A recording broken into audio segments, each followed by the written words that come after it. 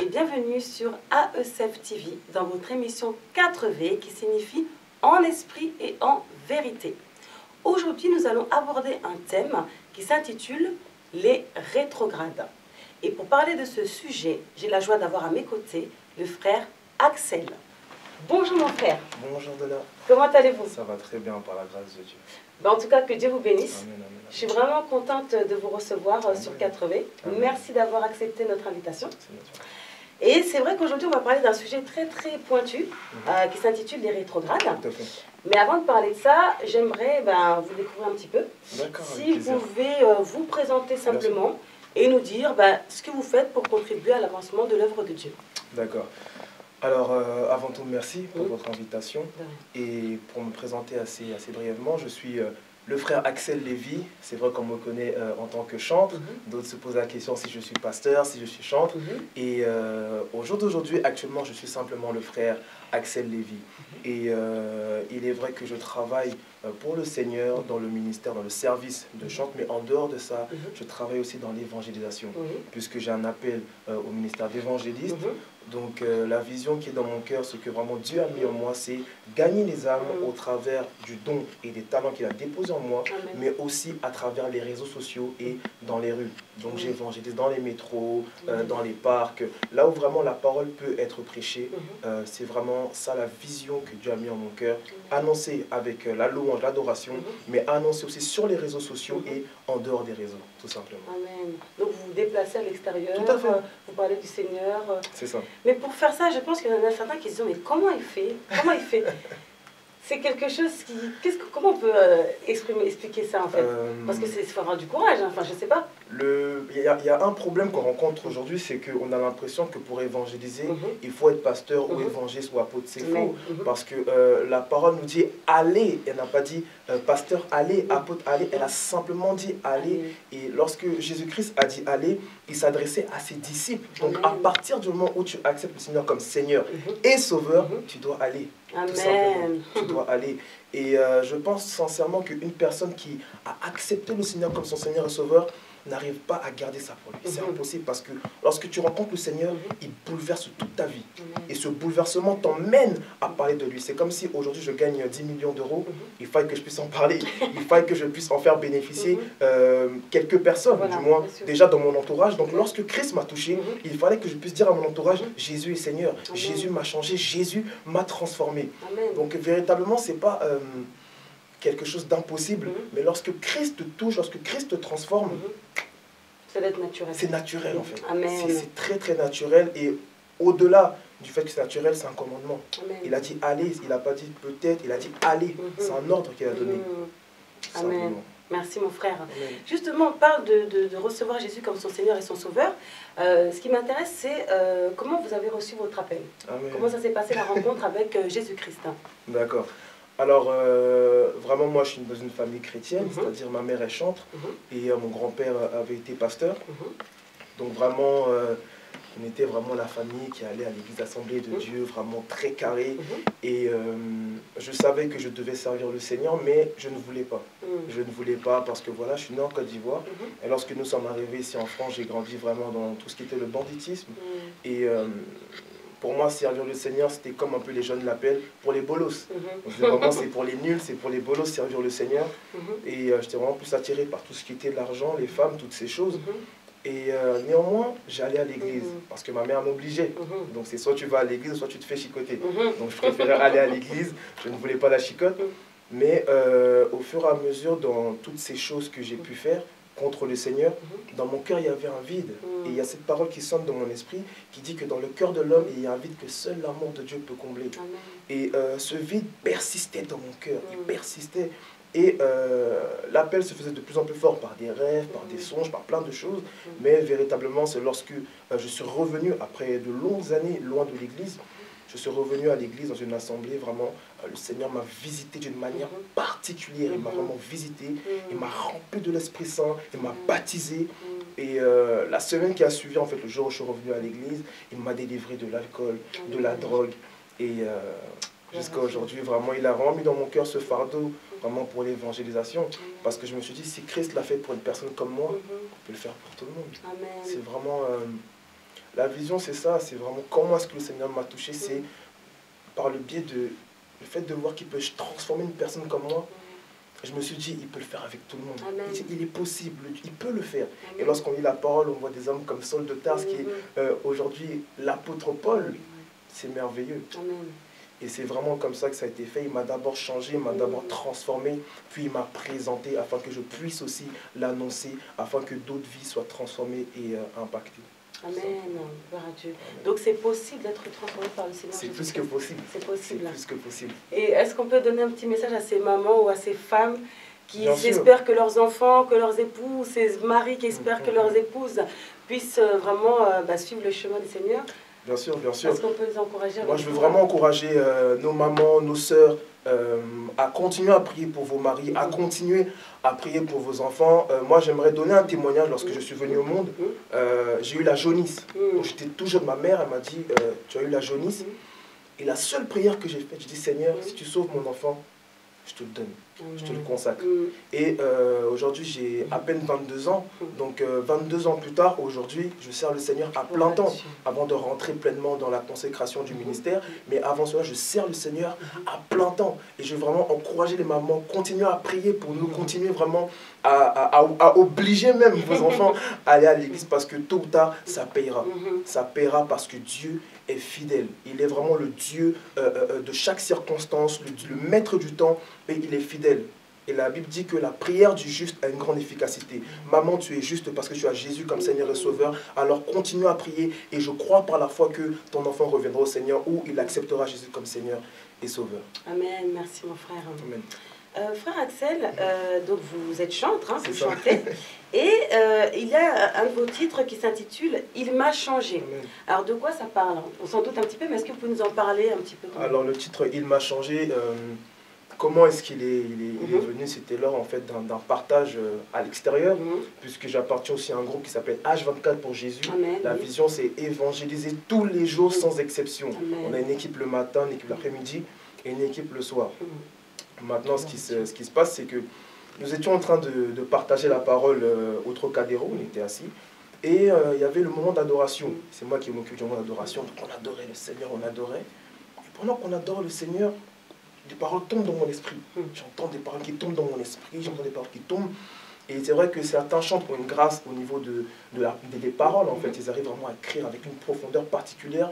Moi, la grâce que Dieu m'a faite, c'est vraiment avec un mot, on peut ressentir vraiment une forte onction.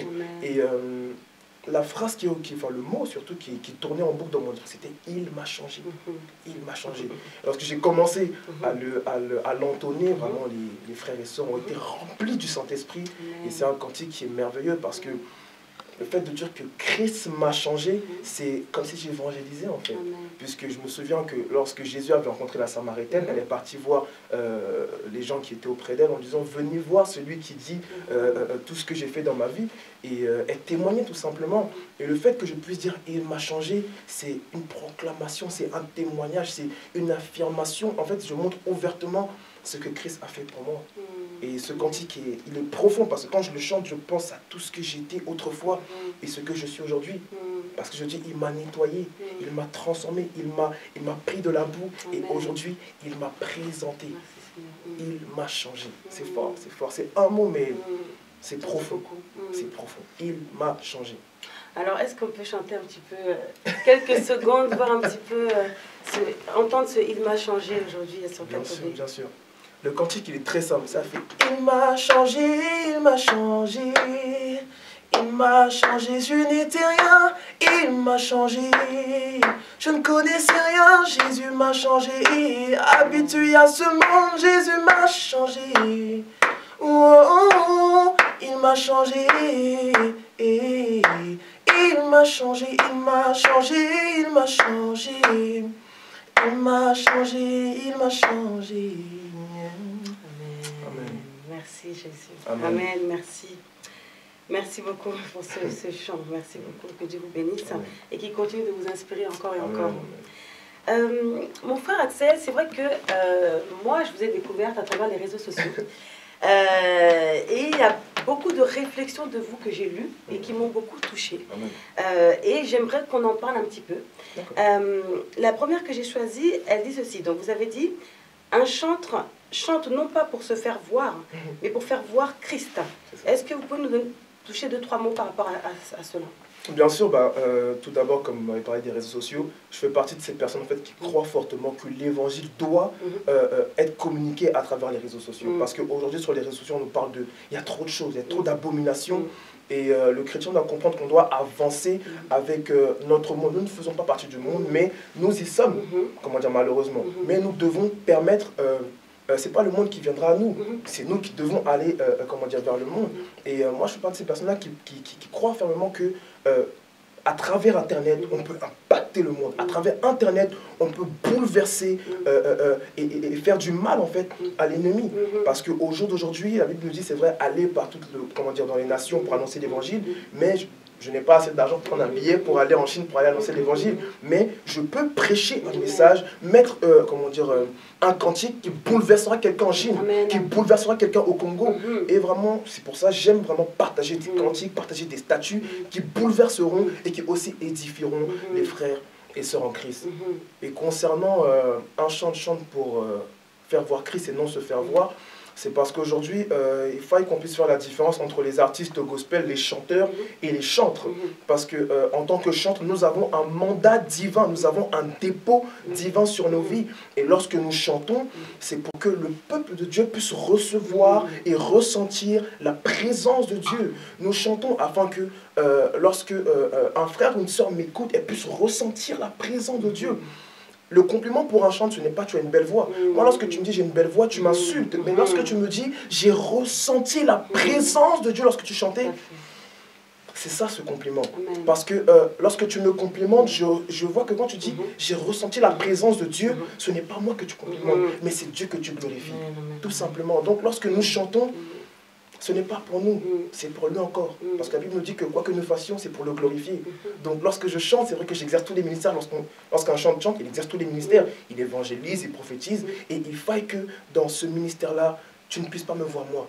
Je ne suis qu'un serviteur inutile. Il faille que lorsque je chante, tu puisses voir ton Dieu. Tu puisses voir le Saint-Esprit à l'œuvre dans ta vie. Tout simplement. Amen, merci mon frère, merci. Je pense que c'est un message qui a touché tout le monde et surtout les chantres aujourd'hui. Vous avez dit aussi quelque chose d'intéressant. Alors, si en 2016, tu n'as rien à dire de positif sur quelqu'un, ne parle pas. Alors, qu'est-ce que vous voulez nous dire à travers cette réflexion? Alors, je pense qu'en tant que chrétiens, nous sommes conscients que notre langue peut soit nous bénir ou soit nous maudire, c'est-à-dire elle peut nous aider à bâtir ou nous aider à détruire. Et aujourd'hui, malheureusement, le fléau qu'on rencontre, c'est que on critique trop. On critique trop. Et c'est un constat que je me suis fait parce que même un obstacle à notre foi, c'est les critiques. On passe notre temps à critiquer, à juger telle église, à juger tel frère, à même faire des émissions pour juger ou des... Au bout d'un moment, ça suffit parce que on perd du temps. Les âmes ont besoin d'être gagnées. Il y a des frères et des sœurs qui meurent chaque jour. On a besoin de leur annoncer l'évangile. Et comment est-ce qu'on peut dire reçoit la présence de Dieu et derrière, oui, le frère, tu as vu comment il s'habillait, tu as vu son front. On n'a plus le temps pour ça. On n'a plus le temps. Là, aujourd'hui, nous devons vivre la Bible. Pourquoi Paul faisait des miracles? Pourquoi Pierre faisait des miracles? Et toi, aujourd'hui, en tant que chrétien, tu n'en fais pas. Et au lieu de se focaliser sur ça, on se focalise sur la sœur. Est-ce qu'elle a mis le voile ou pas? Est-ce qu'elle a mis sa mini-jupe? Non. C'est terminé ça. On n'a pas le temps pour ça. Aujourd'hui, ce qu'on doit faire, c'est manifester la gloire de Dieu. Manifester la puissance de Dieu. Moi, personnellement, je ne veux plus perdre mon temps à critiquer, à parler mal, le frère il a fait ça. Non, frère tu m'as insulté, c'est pas grave, on passe à autre chose. Moi j'ai une vision, je veux impacter ma génération, je veux impacter la francophonie et c'est sur ça que je focalise mon esprit, ma pensée et ma famille tout simplement.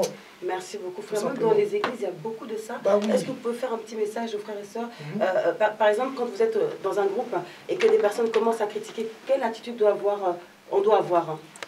L'attitude à avoir, je ne veux pas indexer au contenu parce que moi-même j'ai critiqué. Je ne suis pas parfait du tout. Mais véritablement, sortons des critiques, fermons nos oreilles parce que bien souvent on critique alors que nos vies même sont plus misérables que ceux qu'on critique. On se permet de juger un frère ou une sœur qui est dans une certaine situation alors que nous-mêmes à la maison on reproduit même pire pire que le frère ou la sœur. S'il vous plaît, mes frères et sœurs, fermons nos oreilles aux critiques. Si une personne vient te parler de X ou L ou Y, ferme tes oreilles et avance, parce que tu as besoin de sanctification. Mais ce n'est pas simplement au niveau de l'impudicité, c'est par rapport à ta langue, à ta bouche aussi. Et lorsqu'on est sanctifié au niveau de nos paroles, on peut proclamer des choses glorieuses. On peut proclamer la victoire, on peut proclamer l'élévation. Mais comment tu veux proclamer et derrière détruire la vie ou le témoignage de ton frère ou de ta soeur? Ça ne marche pas comme ça. Le Seigneur Jésus a dit que nos paroles, comment dire, lorsqu'on parle, ça doit être uniquement pour bénir, pas pour maudire. Et sincèrement, sortons des critiques, parce que nos églises sont brisées, sont cassées, sont minées à cause des critiques. Que Dieu nous aide en tout cas. Amen, merci. Que vraiment Dieu nous aide. Merci pour ce message. Il y a une autre réflexion qui me vient, que j'ai lue. Vous disiez quelque chose qui disait à peu près ça. Si en 2015, il y a des choses qu'on n'a pas pu expérimenter, il faudrait peut-être qu'on essaye cette année 2016 de faire des choses aussi qu'on n'a pas faites pour Dieu. C'est ce que j'ai compris. Est-ce que vous pouvez nous expliquer brièvement de quoi il s'agit en fait? Le constat, c'est que moi j'ai soif. J'ai soif parce que lorsque je lis la Bible, je me dis pourquoi eux et pas nous? Parce que c'est des hommes et des femmes de la même nature que moi. Ils n'avaient pas de bras, de tête ou une auréole particulière. Non, c'est des hommes comme vous et moi. Et bien souvent, je me suis rendu compte qu'on demandait au Seigneur des choses extraordinaires, alors que nous-mêmes, nous ne voulions pas faire des choses extraordinaires pour le Seigneur. C'est-à-dire, on dit, Seigneur, je veux voir les paralytiques marcher, je veux voir, comment dire, des bras pousser. Mes frères, tu pries combien de temps par jour? Est-ce que tu es discipliné dans ta vie de prière? Est-ce que tu es discipliné dans ta recherche du Seigneur? Je dis, Seigneur, je veux que tu déposes une onction particulière sur ma vie, mais tu ne pries pas. Tu ne jeûnes pas. Mais Paul priait, Paul jeûnait, Paul parle de multiples jeûnes, il parle de multiples souffrances dans son physique à cause des jeûnes. Donc en 2016, l'objectif, la vision, c'est que la francophonie puisse expérimenter la puissance de Dieu. On a trop prêché Jésus béni, Jésus guéri sans le manifester. Il faille que les gens à qui on annonce l'évangile puissent voir la manifestation de la gloire de Dieu. Mais on payera le prix.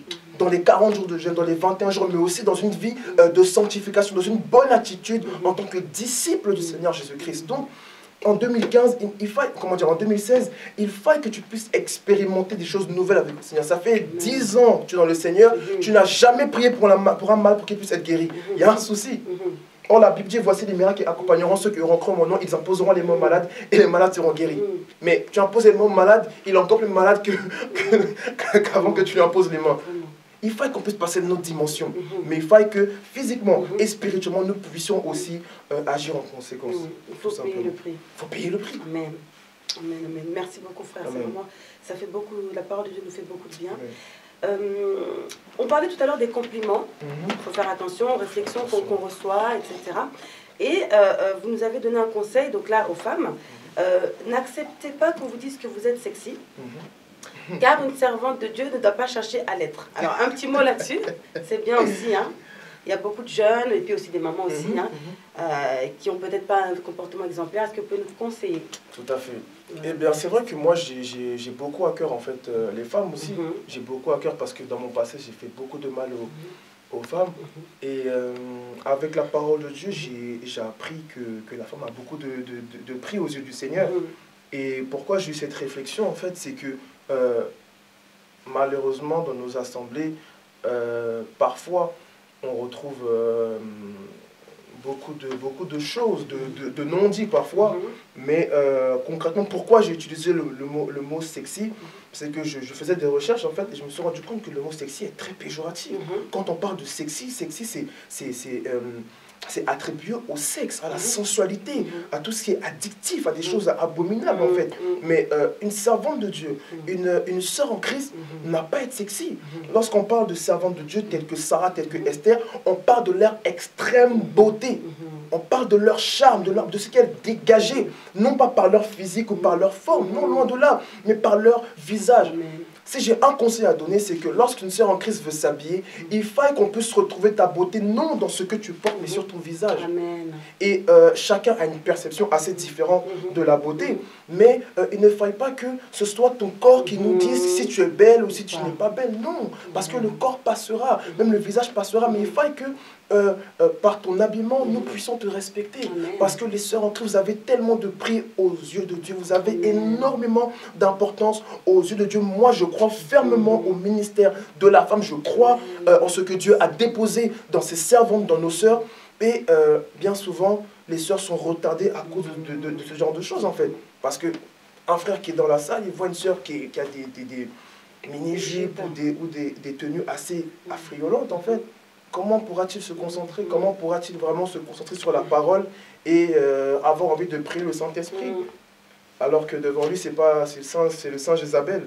Donc il faille que vraiment, nos sœurs, vous êtes magnifiques, vous êtes belles, et entretenez cette beauté. Entretenez cette beauté, et ce n'est pas les formes qui vous rendent belles. C'est l'onction de Dieu qui rend belle. Amen. Tout simplement, mes sœurs. Merci beaucoup mon frère. Vraiment que Dieu vous bénisse. Amen.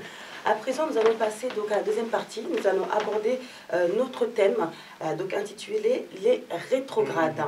Donc, pour démarrer, est-ce que vous pouvez nous définir déjà qu'est-ce que la rétrogradation? D'accord. Alors, quand on parle de rétrograde, tout d'abord, c'est vraiment régresser, revenir en arrière. Et pour le chrétien, ce serait d'avoir accepté Jésus comme son Seigneur, donc avoir délaissé certaines choses dans sa vie, mais d'y revenir. C'est-à-dire, j'ai pu délaisser l'alcool, la drogue lorsque j'ai accepté le Seigneur Jésus, mais à cause d'une certaine situation ou d'un péripétie que j'ai pu avoir, je reviens dans la drogue, je reviens dans la cigarette, mais je me dis, bon, Jésus est toujours mon Seigneur et mon Sauveur, mais je ne manifeste plus la vie d'un disciple de Christ. Et c'est ce que j'appelle le rétrograde. Amen. Donc à présent, mon frère, je vais vous laisser tout simplement nous parler de ce sujet, nous exhorter. Et voilà, nous allons recevoir la parole de Dieu. Amen. Alors, ce thème est un thème très primordial et très important pour l'Église de Dieu, parce qu'aujourd'hui, on exhorte beaucoup les frères et sœurs à, aller évangéliser, mais je pense qu'on doit se réévangéliser aussi. Pourquoi? Parce que nous devons être conscients qu'il y a un nombre incalculable de chrétiens qui ne vont plus à l'église. La plupart sont déçus, ils préfèrent rester chez eux. Mais pourquoi? Est-ce qu'on se pose la question? Il faille qu'eux aussi nous puissions aller les chercher. Jésus pouvait dire à ses disciples, allez vers les brebis perdues de la maison d'Israël. Et lorsque j'ai lu cela, je me suis dit, mais aujourd'hui, qui sont les brebis perdues? Donc c'est des personnes qui ont accepté le Seigneur, qui ont marché un temps avec le Seigneur, mais qui se sont égarées. Et il faille que nous puissions avoir un cœur pour les païens, c'est vrai, mais un cœur pour ces personnes qui sont loin de nous. Parce que dans la plupart des cas, c'est à cause de nous s'ils se sont éloignés. Et c'est notre responsabilité d'aller les chercher. Et la Bible nous dit dans 2 Chroniques 7 au verset 14, « Si mon peuple sur qui est invoqué mon nom s'humilie, prie et cherche ma face, et s'il se détourne de ses mauvaises voies, je l'exaucerai des cieux et je lui pardonnerai son péché et je guérirai son pays. » Ce qui est merveilleux avec notre Dieu, c'est que c'est un Dieu rempli d'amour. Il prend plaisir à la miséricorde. Il a dit qu'il n'est pas venu chercher les bien portants ou les justes, mais tout d'abord les pécheurs et les personnes qui ne se sentent pas bien. Et dans un deuxième temps, je comprends que j'ai hier été malade, j'ai été guéri par le Seigneur. Donc si par la suite je suis retombé malade, je pense que Jésus est encore là pour moi. Donc c'est ça que je veux dire en rétrograde. C'est que tu as accepté Jésus comme ton Seigneur et Sauveur. Et aujourd'hui, tu es encore retombé. Mais laisse-moi te dire que tant que tu es encore en vie, écoute-moi bien, parce que tant que tu respires, il y a encore de l'espoir pour toi. Parce qu'une fois que tu seras mort, c'est terminé. Il est réservé à l'homme ou à la femme de mourir une fois. Après quoi vient le jugement. Mais pendant que tu respires encore, il y a de l'espoir pour toi. Dieu t'aime d'un amour inconditionnel. Son désir, c'est que son enfant, toi, son fils ou sa fille, tu puisses revenir à lui. Et c'est la mission des pasteurs, des évangélistes, des diacres, de toutes personnes qui ont accepté Jésus comme Seigneur et Sauveur, de vous prêcher de vous inviter à revenir à lui. Parce que vous avez du prix autant qu'un païen. La parole de Dieu nous dit que si un berger a 100 brebis et qu'il en perdait une, bien évidemment, il irait chercher celle qui est perdue.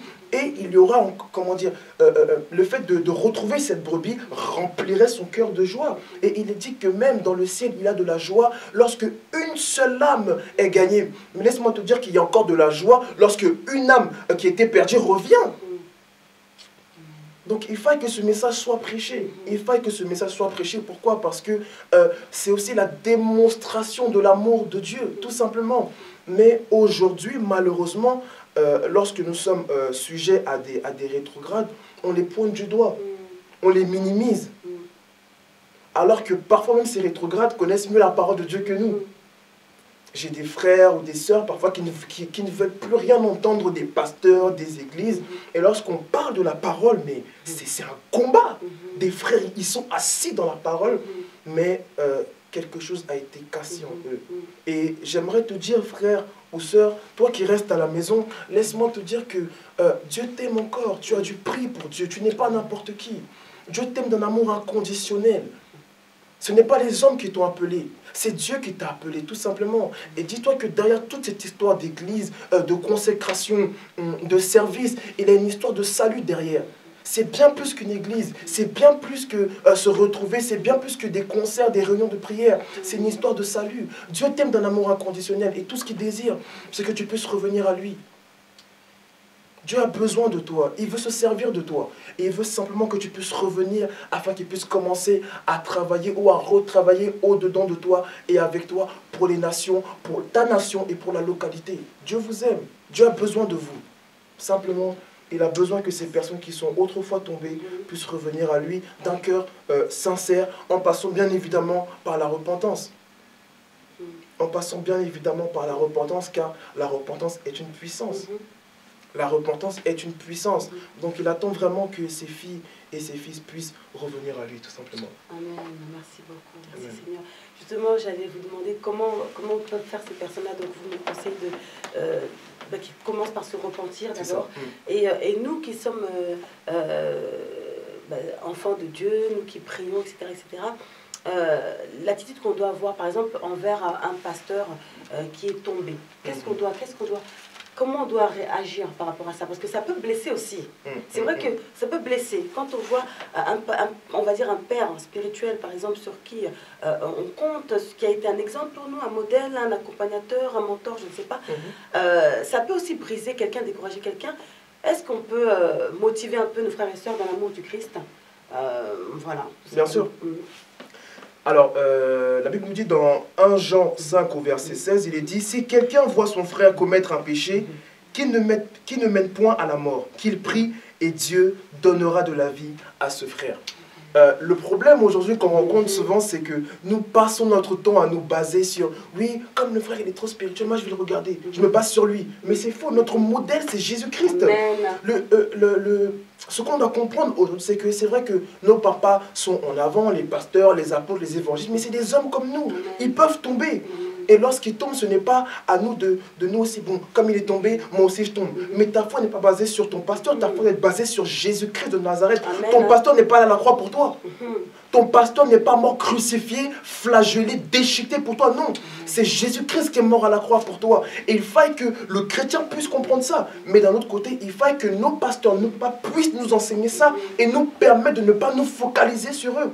Parce que dans nos assemblées, la plupart des personnes sont focalisées sur leur pasteur. On a des pasteurs Dieu, mais il faut que tu puisses focaliser ta foi sur Jésus-Christ. Là, si ton pasteur tombe, toi-même, tu seras en mesure d'aller soutenir ton pasteur, l'aider afin qu'il puisse se repositionner et servir davantage le Seigneur. Si un frère tombe, c'est normal de tomber, ça peut arriver. Ça peut arriver, nous sommes humains. Mais il faut qu'en tant que frères et sœurs en Christ, en fait, on n'est pas là pour se pointer du doigt. Oui, il est tombé, ah, c'est un impudique. Non, non. En quoi est-ce qu'on manifeste l'amour lorsqu'on fait ça? Moi, j'ai vécu une situation similaire. J'aime beaucoup partager mes témoignages afin que ça puisse édifier. Je n'ai pas honte parce que je sais qui je suis avec Jésus-Christ. Je connais mon identité avec le Seigneur. Je me suis marié par la grâce de Dieu. Et avant le mariage, après la dot, malheureusement ou heureusement, parce que c'est une bénédiction, ma femme est tombée enceinte. Et j'ai été pointé du doigt. J'ai été marginalisé. Toutes sortes d'abominations ont été dites à mon sujet. Et j'ai traversé une phase très difficile. qui s'apparentait même à une sorte de dépression. Et si ma foi n'était pas basée sur Jésus-Christ de Nazareth, j'aurais peut-être abandonné la foi. J'aurais peut-être abandonné la foi. Vous voyez. Et malheureusement, lorsque j'ai pris du recul et que je regardais les personnes qui m'ont persécuté, malheureusement, c'était des chrétiens. Et pourquoi? Pourquoi? Aujourd'hui, le chrétien, comment est-ce qu'on reconnaît un chrétien véritablement? C'est pas parce qu'il prie 10 heures ou parce qu'il jeûne, mais c'est parce qu'il manifeste l'amour de Jésus-Christ. Christ a dit, c'est lorsque vous allez vous aimer les uns les autres, que en ce moment-là, on dira que oui, vous êtes mes disciples. Oui, vous m'appartenez. Donc, lorsqu'un frère tombe, s'il vous plaît, s'il nous plaît, même je m'inclus dedans, ne pointons pas du doigt. Allons rendre visite aux frères. C'est vrai qu'on ne cautionne pas son acte. On ne cautionne pas son acte, mais on doit l'aimer, le soutenir, le protéger, le barricader, l'aider à se repositionner. Parce que demain, l'impudique d'hier peut être le prédicateur de demain. C'est ça qu'on ne sait pas. C'est que moi, hier, je suis tombé, mais aujourd'hui, je suis restauré. J'ai ma famille, j'ai un grand ministère qui s'offre à moi. J'ai mon enfant, vraiment, Dieu m'a élevé, mais au-delà de ce que je pouvais imaginer. Mais d'autres personnes qui m'ont pointé du doigt aujourd'hui sont misérables. Et ce n'est pas ma joie. Ce n'est pas ma joie. Mais ma joie, c'est que toute personne qui tombe puisse être restaurée, puisse se relever, parce que c'est le souhait de Dieu. C'est ce que Dieu aspire. Donc lorsque un frère ou une soeur tombe dans vos églises, ne les pointez pas du doigt, s'il vous plaît. Aidez-les. Aidez-les, s'il vous plaît. Aidez-les. Et en cela, il verra que Jésus est Seigneur. Il verra que Jésus est amour. Que Jésus est véritablement le chemin, la vérité et la vie au-dessus de toute autre vie. Aidons-nous les uns les autres. Aidons-nous les uns les autres, s'il vous plaît. C'est essentiel. C'est essentiel. Pour que nous puissions gagner le monde, il faut que nous-mêmes, nous puissions déjà nous soutenir, nous fortifier, nous aider. Agissons comme acte des apôtres. Ils persévéraient dans la communion, dans l'échange, dans la fraction du pain. C'est merveilleux. Mais aujourd'hui, est-ce qu'on peut fractionner notre pain? Est-ce qu'on peut... Bon, j'ai 1000 euros, je donne 500 euros à mon frère. C'est difficile, c'est difficile. Pourquoi? Est-ce qu'on a un Saint-Esprit différent? Non, c'est le même Saint-Esprit. Il faut que nous puissions simplement le laisser travailler en nous pour nous soutenir mutuellement et correctement glorifier le Seigneur. Amen. Merci. Frère Axel, j'aimerais vous poser une question. Vous savez, il y a des personnes qui disent, voilà, moi, toujours des personnes qui ont été peut-être rejetées, qui se sont senties rejetées par une église ou quoi que ce soit, qui disent, écoutez, moi, je prie à la maison. Qu'est-ce qu'on peut leur conseiller? Parce qu'on dit que l'église, c'est le cœur. Mais est-ce que c'est important aussi, voilà, on a parlé un peu de l'unité, mais qu'est-ce qu'on peut dire à ces sœurs? Il y a beaucoup de sœurs que je connaissais, avec qui on prie ensemble et qui me disent aujourd'hui, écoute, sœur Donna, je préfère prier à la maison. Qu'est-ce qu'on peut dire? Ça, c'est un sujet très, très tabou, très, très complexe. Ce que j'ai à dire à travers ce sujet, c'est que encore une fois, toi qui as été blessé, toi qui as été vraiment affligé dans ton cœur, nous te demandons pardon. Vraiment, nous prions afin que le Seigneur puisse te fortifier et te restaurer et te relever. Maintenant, par rapport à l'Église, il faut comprendre que l'Église locale est nécessaire. L'Église locale est nécessaire pour le chrétien ou la chrétienne parce que, imaginons, je prends un exemple, la Bible nous parle des dons spirituels. Les dons spirituels un exercice d'abord au sein de l'église locale, bien que nous pouvons les utiliser en dehors, mais leur exercice c'est pour l'église locale. Si tu as un don de prophétie, tu vas prophétiser comment? Devant tes casseroles, devant ta poêle pendant que tu fais les steaks? Non, ta prophétie doit m'édifier, doit nous édifier. Et l'onction que Dieu libère lorsque tu es seul à la maison n'est pas l'onction que Dieu libère lorsque tu es en communauté. Exemple, acte 2. La Bible déclare que les 120 sont montés dans la chambre haute, et dans la chambre haute, l'Esprit soudain, tout à coup, est descendu, ils ont été baptisés de feu. Tu me diras, oui, mais c'est à la maison, mais là je te parle de la communauté avant tout. Et il faut comprendre que la réalité d'avant n'est pas la réalité d'aujourd'hui. Le peuple, le nombre qu'ils étaient avant, c'est pas comme aujourd'hui. D'accord? Et même la persécution qu'ils avaient avant n'est pas comme aujourd'hui. Des personnes sont obligées de se cacher dans des maisons, mais nous aujourd'hui en France. On peut se réunir à tout moment. À tout moment, je comprends que c'est difficile. C'est pas facile de se retrouver avec d'autres personnes, mais c'est essentiel en tant qu'enfant de Dieu. L'enfant de Dieu doit être sociable, c'est essentiel. Et je t'assure que l'onction, la puissance que Dieu déverse sur une communauté est différente de celle qui se trouve à la maison. Est très différente, je vous assure. Et même pour manifester les dons spirituels, comme je dis, c'est nécessaire d'avoir une assemblée, une église locale et d'avoir aussi une autorité spirituelle. C'est essentiel. Et là, avant qu'on puisse se rencontrer, j'ai partagé un post sur mon Facebook en disant oui à l'église locale, mais non aux prisons locales. Oui. Dans le sens où l'église locale, ma soeur, t'aidera, te fortifiera, t'équipera et t'emmènera à aller annoncer l'évangile et à pouvoir toi aussi former des disciples qui impacteront les nations. Mais non à la prison locale qui simplement essaie de faire grossir son église, de faire grossir ses membres sans pour autant faire des disciples réellement pour impacter les ou la nation. Donc sincèrement, mon frère ou ma soeur, l'église locale est nécessaire. Maintenant, à toi de faire de bonnes recherches pour trouver une bonne église locale et à ne pas te laisser diriger par ta chair parce que la louange est bien, parce que le pasteur il est connu. Non, il faut que tu puisses prier, même te rendre sur place au niveau de l'église et y voir de tes propres yeux. Et par la suite, le Seigneur te convaincra, oui ou non, si tu peux servir dans cette église-là ou non. Donc vraiment, l'église locale est nécessaire, mais non aux prisons locales. Amen. Merci beaucoup, mon frère. Amen. On arrive bientôt à la fin. J'ai une question, une dernière question par rapport au terme rétrograde. Quand un frère ou une sœur commence à sentir qu'elle a les symptômes de sa rétrogradation, déjà, quels peuvent être ces symptômes-là déjà et qu'est-ce qu'elle doit faire, cette personne? Parce qu'une personne va peut-être écouter ce partage du jour. Elle va dire, ah, peut-être que je commence un peu à retourner en arrière. Qu'est-ce qu'il peut faire? Alors, l'un des symptômes qui ne trompent pas, c'est lorsque tu retournes dans ton vomi, en fait. Quand je parle de ton vomi, c'est encore une fois, tu avais peut-être abandonné la musique mondaine, mais soudainement, tu écoutes de la musique mondaine. Tu avais dit, bon, à partir d'aujourd'hui, Kofi, c'est fini. Mais tu te rends compte que tu retournes dans certaines musiques, en fait, que tu ne cautionnais pas avant. Mais maintenant, tu les cautionnes. Et le pire, c'est que tu arrives à donner des excuses. Non, parce que le Seigneur, oui. Et c'est l'un des symptômes, en fait, lorsque tu retournes dans ton vomi. Et pour éviter ce genre de choses, la vie spirituelle, la vie d'un chrétien, c'est une vie de consécration du lundi au dimanche. 7 jours sur 7, et 24 heures sur 24. Il faut que ta vie spirituelle ne soit pas basée uniquement sur ton église aussi.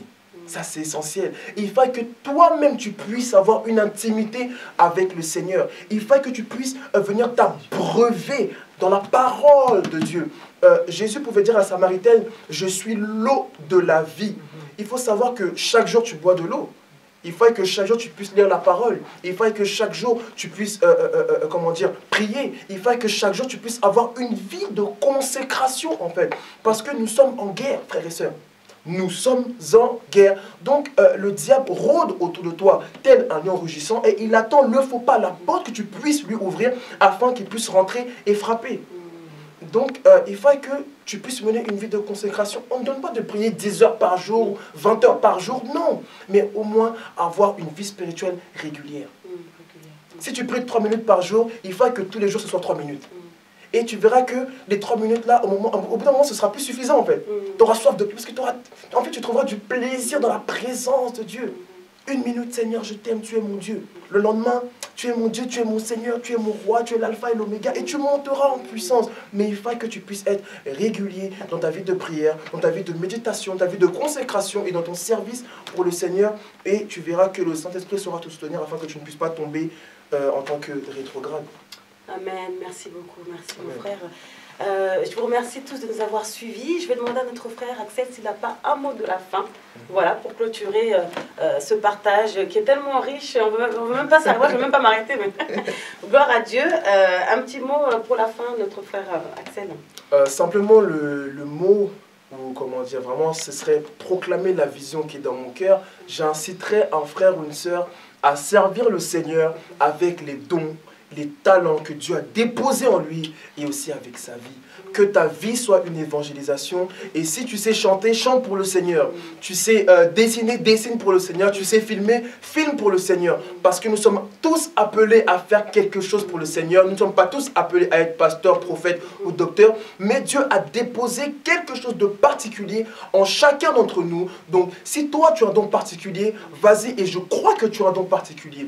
Donc, j'incite vraiment tous les frères et sœurs à se lever parce que nous avons du boulot sur la francophonie. La francophonie doit entendre parler de Jésus-Christ de Nazareth et nous devons refuser que des pasteurs des États-Unis ou d'Amérique viennent. C'est nous-mêmes qui allons porter le flambeau et annoncer la bonne nouvelle. Tout simplement. Amen. Que Dieu vous bénisse, mon frère. Gloire au Seigneur. Amen. Je bénis l'Éternel pour ce moment de partage. Je remercie vraiment le Seigneur. Je sais que des cœurs et des vies vont être transformés aujourd'hui grâce à sa parole.